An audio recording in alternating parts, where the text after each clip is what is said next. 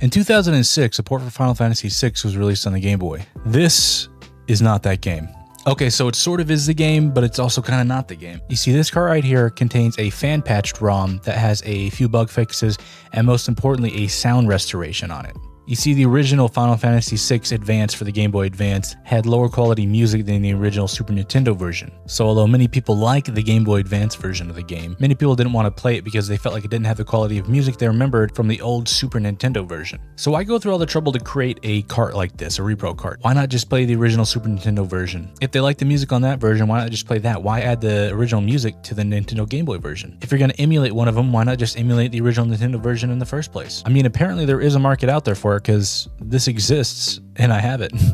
So today we're going to answer a lot of those questions. We're going to figure out what's going on with Final Fantasy VI Advance for the Game Boy Advance, and maybe, just maybe, you'll walk away knowing which version of the game you might want to try out. So to answer these questions, let's start by talking about the differences between the original versions of these games. Final Fantasy VI was originally released in North America on the Super Nintendo in 1994. Interestingly, Final Fantasy VI was actually released as Final Fantasy III, because here in the West, we never even got Final Fantasy V, so to avoid confusion, Nintendo and Square released it under the title of Final Fantasy III here in the West. This game was, and still is, one of the best Super Nintendo games, one of the best RPGs of the time, and some say one of the best RPGs of all time. However, as time progressed, people started to realize something. As the internet and online message boards came about, people started discussing the translations of various games. People started realizing that through the 80s and 90s, a lot of the English translations we got here in America were not really always so accurate to the original source material. And here, in the translation of the game from Japanese into English, is where one of the biggest differences lies between the different versions of this game. 5 years after the original release of Final Fantasy VI for the Super Nintendo,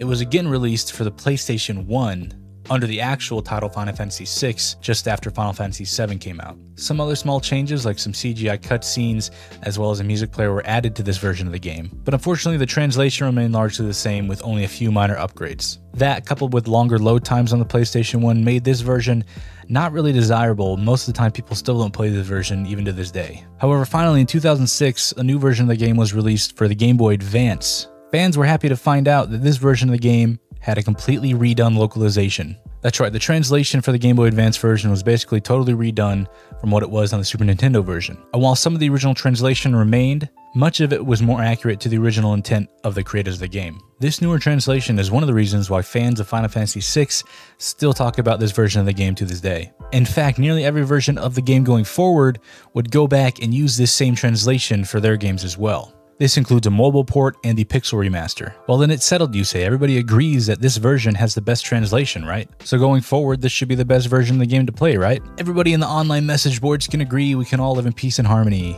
Well, if only that were the case. You see, unfortunately, there was one glaring issue for this version of the game, and that issue is the music and sound quality. While porting the game from the Super Nintendo to the Game Boy Advance, the music saw a significant drop in quality. This was probably due to file size limitations for the system and the cartridges themselves. And while you might think that having music of a little lower quality might not be that big of a deal to the fans, well, it is. You see, Final Fantasy music is very important to the Final Fantasy experience. I don't know if you've ever listened to the soundtrack of a Final Fantasy game, but I can guarantee you they got some bangers on there. Final Fantasy music is known for having some of the best music in all of video games, and this continues to this day. And Final Fantasy VI was certainly no exception to this rule. If you want to check some out, check out Terra's theme, and one of my favorites from this game is the final boss music, Dancing Mad. Dancing Mad goes so hard, it is so cool, it's got this cool organ music, and it changes so much.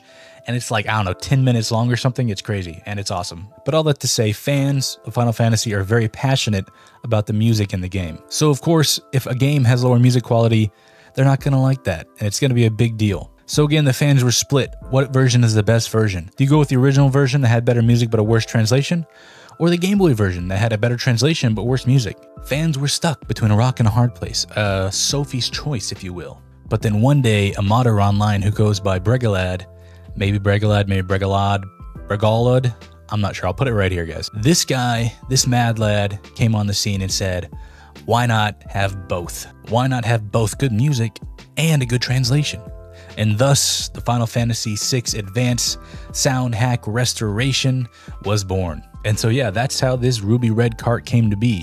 The original version of the game actually wasn't in this kind of ruby red cart. Originally, it was in just the regular black cartridge that you see with pretty much every Game Boy game. and for a long time this was considered by many fans to be one of the best ways to play this game. These days we do also have the official Pixel Remaster version, which is a great version and many fans recommend that as well. So real quick, before we move on to discussion of the game itself, let's touch on a few more differences between the Game Boy Advance version of this game and the original Super Nintendo version that we haven't touched on just yet. The original Game Boy Advance release does have some extra content in addition to what the Super Nintendo version did have. You'll find some extra weapons, extra spells, a couple new boss fights, and even a couple new dungeons were added in. And lastly, while the graphics remain virtually identical to the Super Nintendo version, there was a few changes. Of course, the aspect ratio is a little bit different, but the most important difference is the brightness and vibrancy of the colors between the two. You see, the Game Boy Advance version has much more saturated and brighter colors than that of the Super Nintendo original. This is mostly just due to the fact that the original Game Boy Advance did not have a backlit screen, and to compensate for this, many of the games that were on that system had very bright and saturated colors, so that they could appear on the reflective screen more easily. To be fair, some fans might not like this. They may prefer the more muted tone of the original game. I, however, really tend to like the more vibrant colors of the Game Boy Advance games in general anyways.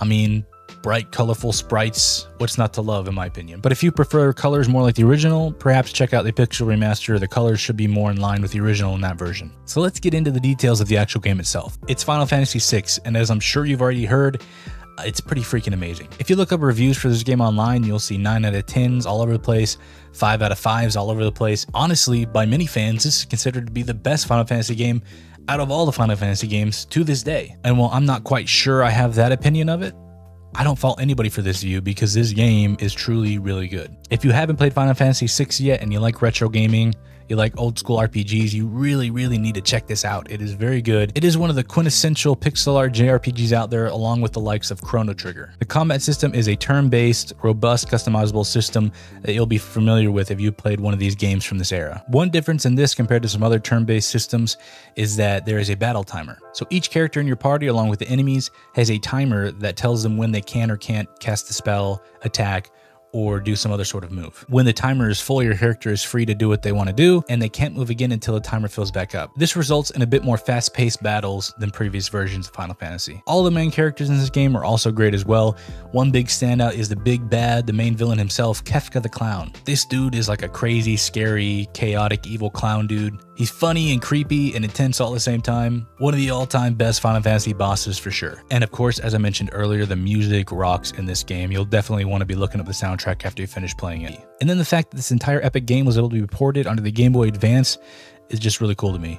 I love the Game Boy Advance. It's one of my favorite all-time systems. I loved it growing up. I love it now. So being able to play this game on one of my favorite systems is just really cool. And one more thing, can I just say how happy I am that things like this exist? I mean, how cool is it that decades after a system dies, new cartridges are still being put out by fans? The Game Boy modding community, the ROM hacking community, Final Fantasy VI fans, the community is so strong that we come together and just make the best versions of games that we can possibly get. We're not trying to recreate the game into something different. We're just trying to get all the best aspects of the game into one place so we can have the best experience that we can have. So finally, if you're considering playing Final Fantasy VI, I can definitely strongly recommend the Game Boy Advance version, Final Fantasy VI Advance. And if really good quality music is something that's important to you, I would definitely say the best way to play this game is to go out and find the sound patch restoration. You can find this online pretty easily actually, so you don't need to buy an actual physical cartridge if you don't want to. You can either patch an existing version of a ROM you already have, or you can find the ROM already pre-patched. Honestly, it's not that hard. But yeah, this version of the game, it has the original art style, the best version of the translation, and the best version of the music all combined into one. This gets a 2 thumbs up for me. Well, if I can do, there you go. This gets a 2 thumbs up for me. Definitely check it out if you have the chance.